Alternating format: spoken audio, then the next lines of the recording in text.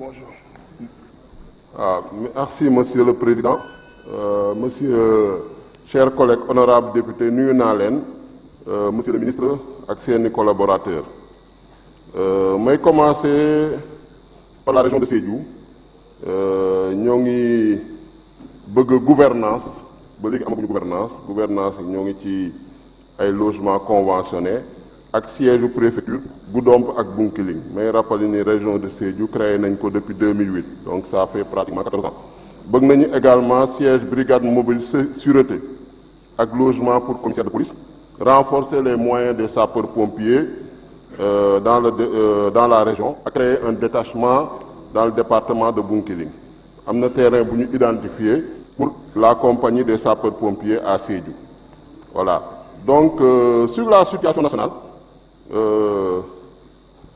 exécution illégale ou arbitraire, y compris des exécutions extrajudiciaires commises par le gouvernement ou en son nom, torture et châtiment ou traitement cruel, inhumain ou dégradant commis par le gouvernement ou en son nom, conditions carcérales très dures et délétères, arrestation ou détention arbitraire, prisonniers ou détenus politiques, grave problème d'indépendance du système judiciaire, grave restriction de la liberté d'expression et de la presse, y compris violence ou menace de violence contre des journalistes, censure et incrimination de la diffamation, grave acte de corruption dans le secteur public. Ce rapport date de 2021 sur les droits des personnes du département d'État des États-Unis, qui n'est pas modèle non plus, mais ce rapport ne traite pas du cas du Tchad, ni de la Corée du Nord ou de l'Afghanistan, mais il traite bien du cas du Sénégal en 2021. Jadis vitrine démocratique, qui risque, si on y prend garde, de devenir une république bananière. Dans ce sombre tableau, votre responsabilité, Monsieur le ministre de l'Intérieur, est grande.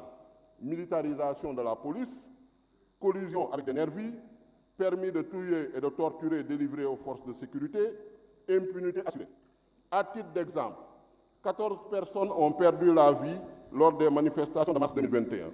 3 personnes décédées lors des manifestations du 17 juin 2022. Bon nombre de ces décès sont attribuables à l'utilisation d'armes à feu par les forces de sécurité contre des manifestants non armés. Ces personnes sont mortes d'un usage excessif de la force, juste pour avoir voulu exercer le droit constitutionnel de manifester. Des interdictions de manifester contraires aux droits de réunion pacifique est déjà condamnées par la Cour de justice de la CEDEAO. Les familles des victimes exigent toujours une enquête rapide, approfondie, impartiale, efficace et transparente sur les cas de violation des droits humains commises par les forces de l'ordre, y compris les meurtres et les blessures des manifestants et passants. Les personnes soupçonnées d'être responsables de ces morts doivent être traduites en justice. En outre, vous êtes désigné à tort ou à raison comme l'homme des complots politico-judiciaires.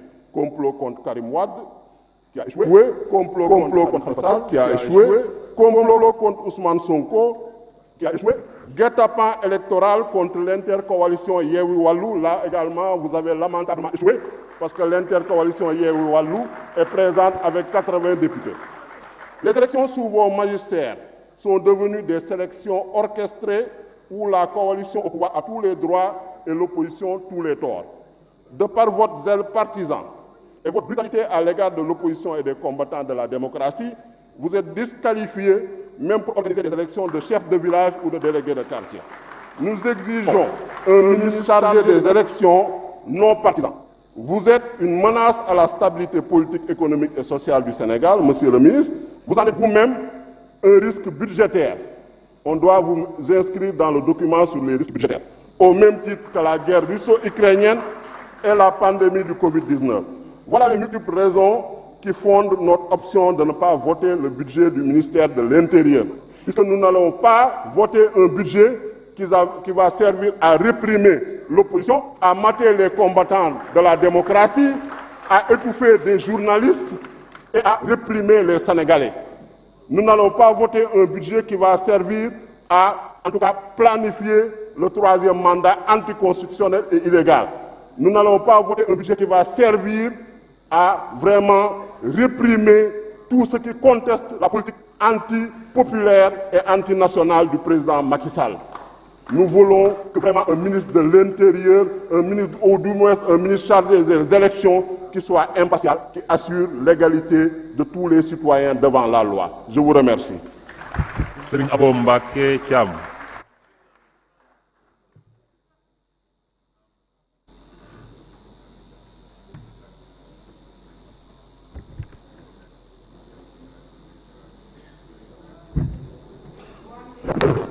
merci beaucoup maa ngi nuyu ñëpp di nuyu les ministres le ministre Antoine Félix Diome le ministre des Finances et du Budget monsieur le ministre du Travail et di nuyu le directeur du budget monsieur le ministre Antoine Abdoulaye Félix Diome l'ex-substitut du procureur de la CREI et l'ami de Alioune Ndao ancien procureur de la CREI devenu un opposant du régime actuel loolu rek jàngat la monsieur le ministre il faut aujourd'hui l'histoire de 1960 à nos jours c'est pour la première fois dans l'histoire de ce pays ñu dem à une élection législative et que le régime actuel amul li nga xam ne moo nekk la majorité à l'Assemblée nationale et que l'intercoalition Yewwi s'est retrouvée avec 80 députés malgré les njuuj njaaj malgré les taqale ay liste dagg ay liste éliminer ay liste mais les Sénégalais ont jugé nécessaire de donner la majorité à l'opposition et sous ça c'est sous votre magistère en tant que ministre de l'Intérieur et l'histoire retiendra cela. Monsieur le ministre, vous avez été le substitut du procureur pour éliminer, je vais y revenir, si le fichier était bon, vous allez vous retrouver avec 40 députés. Monsieur le ministre, vous avez été le substitut du procureur. Vous avez éliminé Karim Wade.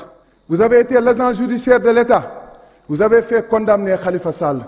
Aujourd'hui, ministre de l'Intérieur, vous êtes en train de tout faire pour condamner Ousmane Sonko, mais le peuple sénégalais restera debout. Malgré sa condamnation, exilé, amené à Doha, yàlla jël Sénégal yóbbu ko Doha ñu dem di fa football coupe du monde ñëpp di wër Karim Meïssa Wade. Monsieur le ministre, permettez-moi de rendre un vibrant hommage aux policiers qui sont dans la rue ci circulation bi ak seeni tenue ak ñaq ak naaj bu tàng ñu exercer li nga xam ne moo nekk malgré salaire yi nga xam ne dañ leen koy fay mu nekk ay salaires yoo xam ne jëriñul dara malgré on nous dit que ni yokku nañu mais yokku boobu c'est insignifiant par rapport ak ñoom lu ñuy def et que ñoom il n'existe que des ordres et ordres yi ñu koy joxe ñooñu ñoo jalgati yoon et c'est l'occasion aussi de vous dire de demander au préfet d'arrêter de violer la loi. Je vous l'avais dit en commission et vous m'avez dit que ni ñooñu dañ leen war a jox cër jox nañ leen cër bi ñu wàccoo mais quand on viole la loi on dit que vous avez violé la loi. On ne peut pas dans un pays où on nous dit que pour interdire une manifestation il y a deux conditions cumulatives et non alternatives. L'insuffisance trouble à l'ordre public, il faut justifier qu'il y a réellement le trouble à l'ordre public. On ne sert qu'une seule condition et trouble à l'ordre public amul insuffisance de force de l'ordre boo ñëwee ci manifestation bi policiers yi ñooy ëpp ñi nga xam ne ñoo nekk manifestants yi et eux ils savent que ni depuis le référé 2017 bi nga xam ne def nañ ko ci réforme yi on a 48 heures pour saisir li nga xam ne moo nekk la Cour suprême mais léegi dañuy bàyyi ba manifestation bi ci jour bi ñu lay jox li nga xam ne moo nekk refus bi wala ñu bàyyi bañ ne c'est la veille ci guddi gi ñu jox le refus bu ko defee doo am temps pour mën a dem saisir li nga xam ne moo nekk la Cour suprême parce que xam nañu bu ñu fa demee Cour suprême dafay annuler li nga xam ne moo nekk décision bi loolu aussi bëgg naa nga bàyyi ko xel li ñuy utiliser pour réprimer des manifestants pour réprimer ay opposants pour faire exiler pour faire condamner pour faire suivre buñ ko defoon ci insécurité bi di jël ay nit ñi di leen teg ci rond-point yi Sénégal am li nga xam ne moo nekk sécurité là où j'habite Grand Yoff insécurité totale le commissaire est en train de tout faire mais amul ay moyens chaque jour rey nañu nit agressé nañu nit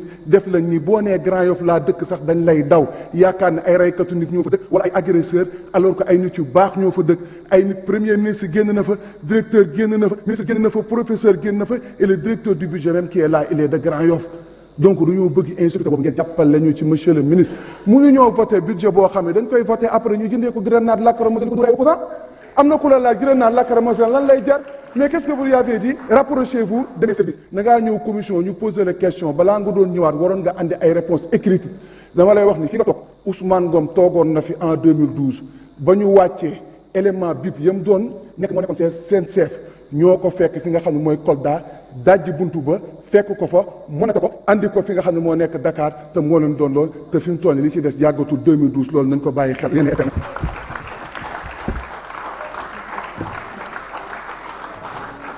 Merci, chers collègues. La parole à notre collègue Abdou Mbow. Sira Ndiaye.